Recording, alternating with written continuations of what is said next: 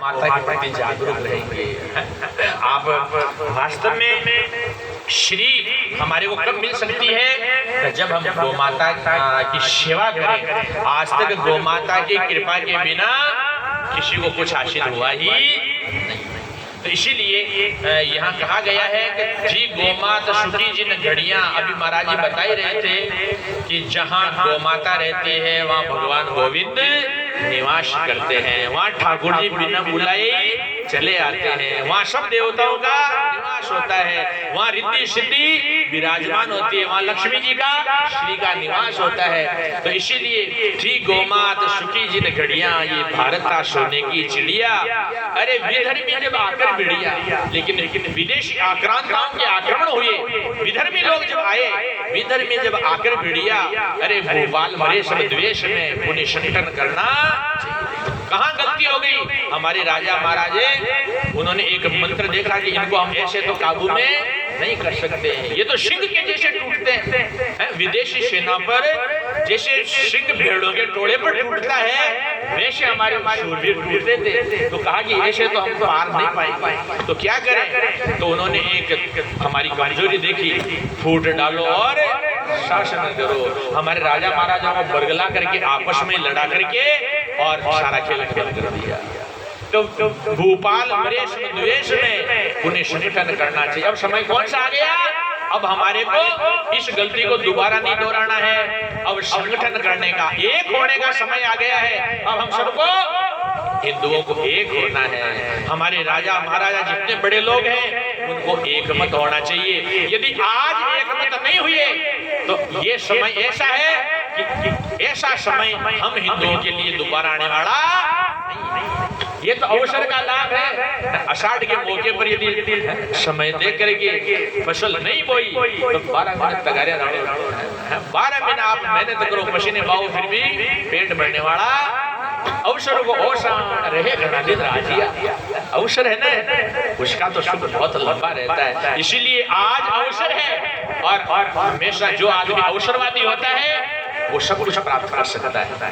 तो इसीलिए यहाँ कहा गया है हमारे राजा महाराजाओं ने जो गलती की वो अब दोबारा नहीं होनी चाहिए। हम सबको संगठित होकर के एक होना है और एक में शक्ति होती है, एक में ही सुख होता है। तो यहाँ फिर कहा गया है कि पहले थी यहाँ कई गौशाला, फिर विधर्मियों का हुआ बोलबाला। उन्होंने क्या किया? अरे गलकटी खोली तिशकाला, गाय का गला काटने के लिए गलकटी खोली तिशकाला।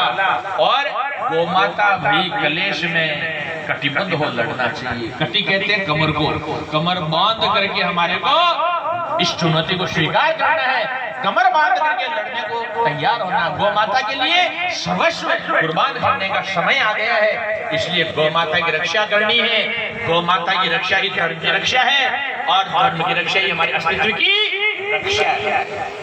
धर्मेण हीना पशु भी समान, धर्म से जो हीन प्राणी है वो पशु के समान है। धर्म ही जीवन है। इसीलिए यहाँ कहा गया है गौ माता भी कलेश में कटिबद्ध हो लड़ना चाहिए, गौ रक्षा करना चाहिए।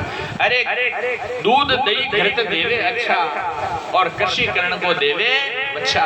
पहले कुछ दिनों पहले कृषि भी गौ माता के बछड़ों से होती थी और आज भी दूध दही घृत अमृत के समान है, औषधि के समान है गौ माता का दूध। और देखो विचार करो, गौ माता का दूध यदि आप उसके अंदर चाहे तो देवता हो, चाहे हमारे शास्त्र हो, चाहे हमारी गोमाता हो, इनमें हमारी यदि भक्ति सही है तो उसका प्रभाव अलग होगा। यदि देवता में सब भक्ति नहीं है, प्रेम नहीं है, आस्था नहीं है तो आपको पूर्ण फल नहीं मिलेगा।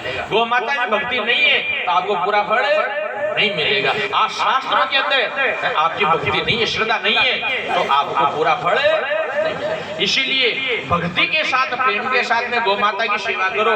और गौ माता के दूध में बछड़े का जो अंश होता है हम क्या करें, उसका भाग भी मार रहे हैं।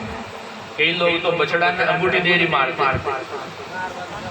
माँ के दूध में किसका हक है? पहले बेटे का हक है। तो पहले बछड़े को पिलाना, उसको कुछ तृप्त करना चाहिए। और यदि आप उस दूध को अमृत बनाना चाहते हैं तो पहले उसका भाग पूरा उसको पिलाना। छोटा बछड़ा हो तो वो संतुष्ट होकर के छोड़ दे तब दूध निकालना चाहिए, और बड़ा हो तो भी वो कुछ संतुष्ट हो जाए तब दूध निकालना चाहिए। तो वो दूध दवाई से, अमृत से भी ज्यादा उपयोगी होता है। कई दवाइयां फेल हो गई, डॉक्टर ने उत्तर दे दिया, लेकिन ऐसा उपाय किया गौ माता की भक्ति करके और बछड़े को तृप्त करके और वो दूध पान किया, बीमारी चली गई। ऐसा हमारा इतिहास गीता प्रेस में आप देखिए, आपको कई प्रसंग ऐसे मिलेंगे जिससे बीमारी, और आपको पता है गौ माता का दूध अमृत है, गौ माता का घी एक रतन है, और गौ माता का गोबर है, गौ माता का गोंत है। हम एक एक चीज देखिए, जितनी औषधियां बन रही है, यदि हम गौ माता की खेर कर लें तो ये सारी दुकानें बंद हो जाए। गौ माता की इससे जो है आप विचार करें कि इससे आज कई संस्थाएं ऐसी चल रही है, गोबर से और गोंद से कई प्रकार के प्रोजेक्ट भी तैयार हो रहे हैं। अपन बर्तन धोने के साबुन ला रहे हैं, वो भी तैयार हो रहे हैं। कई प्रकार की चीजें, दवाइयाँ, मेडिसिन, जितनी चीजें हैं, इनसे कई प्रोडक्ट बन रहे हैं। ये बहुत काम की चीज है, बहुत महंगी है। आप एक शीशी लेकर के आओ गोजरने की, तो उसके पैसे लगेंगे, और आप यूरिया देते हैं या आप देसी ये अंग्रेजी खाद देते हैं। आप गौ माता के गोबर को और गोंद को इकट्ठा कर लीजिए, उसमें नीम के पत्ते डाल दीजिए, और उसके बाद में फसल पर छिड़काव कीजिए। आपकी कोई अंग्रेजी खाद इतना काम नहीं कर सकती, इतना काम करती है। तो कितने सुंदर, विज्ञान बहुत आगे बढ़ चुका है, लेकिन हम जागरूक, हमारे अंदर चेतना। आज नीम है, आक है, धतूरा है, पीपल है, ऐसी तुलसी है, मानी ऐसी औषधियां हमारे यहाँ है कि हमारे को तो कहीं जाने की जरूरत है ही। हम कभी बीमार हो ही नहीं सकते। हमने तो हमारे संस्कार और संस्कृति को छोड़ा है, इसलिए हमारी ये दुर्दशा हुई है। तो इसीलिए गौ माता, आप ऐसे सोचते हैं कि गौ माता 2 किलो दूध देती है, 2.5 किलो दूध निकलता है, इसे कैसे पार पड़ेगी? अरे विचार करो, दूध तो एक्स्ट्रा है, उसके तो गोद से ही पूरा काम हो जाता है। उसके तो वहाँ खड़े रहने से, अपने घर में बाड़े में गौ माता के विराजने से ही हमारा सारा क्लेश दूर हो जाता है। आप किसकी बात करते हैं? आप कहाँ गोद की बात करते हैं, कहाँ गोबर की बात करते हैं, कहाँ दूध की बात करते हैं? गौ माता जहाँ खड़ी होती है वहाँ सब प्रकार का क्लेश हरण कर लेती है, लेकिन होनी चाहिए श्रद्धा। आदि संत कहते हैं पूरे जितने भी प्राणी हैं, जितना आभा मंडल गौ माता का है, उतना किसी का है ही 6.5 मीटर। 6.5 मीटर आप यहाँ बांध दिया तो 6.5 मीटर मान लो आपका पूरा बाड़ा जो है, वहां कोई गलत चीज फटक ही नहीं सकती। आपके घर की तरफ कोई गंदी चीज आंख उठा करके भी नहीं देख सकती। और यदि आप गौ माता को भक्ति रख करके और बछड़े को थोड़ा संतुष्ट करके, और यदि बच्चों को गौ माता का दूध दही घृत खिलाते हैं, तो बीमारी आपके घर में प्रवेश कर ही नहीं सकती। तो इसीलिए विचारणीय बिंदु है कि हम लोग नफा नुकसान देखें तो भी गौ माता का नफा तो आप अंदाज ही नहीं लगा सकते हैं कि गौ माता हमें क्या क्या दे सकती है। दूध दही घृत देवे अच्छा, कृषि करण को देवे बच्चा। अरे कितना गो उपकार है सच्चा, राखो याद हमेश में गो का दुख तरना। ऐसी जो गौ माता है उसका दुख तरना, दुख दूर होना चाहिए। विदेशी लोगों ने बहुत बड़ी मिशनरियां काम कर रही है गौ माता पर। ये जो नस्ल चेंज करने का, बदलने का काम किया है, ये सारा क्या है? ये बहुत बड़ा षड्यंत्र है, आपको लालच में डाल करके कि इस गौ माता का नाश कैसे हो। जब तक गौ माता का विनाश नहीं होगा तब तक ये हिंदू नष्ट नहीं हो सकता। गौ माता की हानि ही हिंदुओं की हानि है। इसीलिए अरे हमारी गौ माता का जो 4-5 किलो दूध होता है, उसके अनुसार जो 30 लीटर दूध देती है, वो कभी भी इसके बराबर हो ही नहीं सकता। वो तो रोका करे, वो तो गंदगी है। गौ माता का दूध तो अमृत है। तो विचार करें, हम दूसरों के घेर के चक्कर में आ गए, हमने थोड़ा अपने दिमाग को काम लिया नहीं, और हमने गौ माता की नस्ल बदलना भी चालू कर दिया है, और हमने विदेशी गायों को पालना ज्यादा शुरू कर दिया।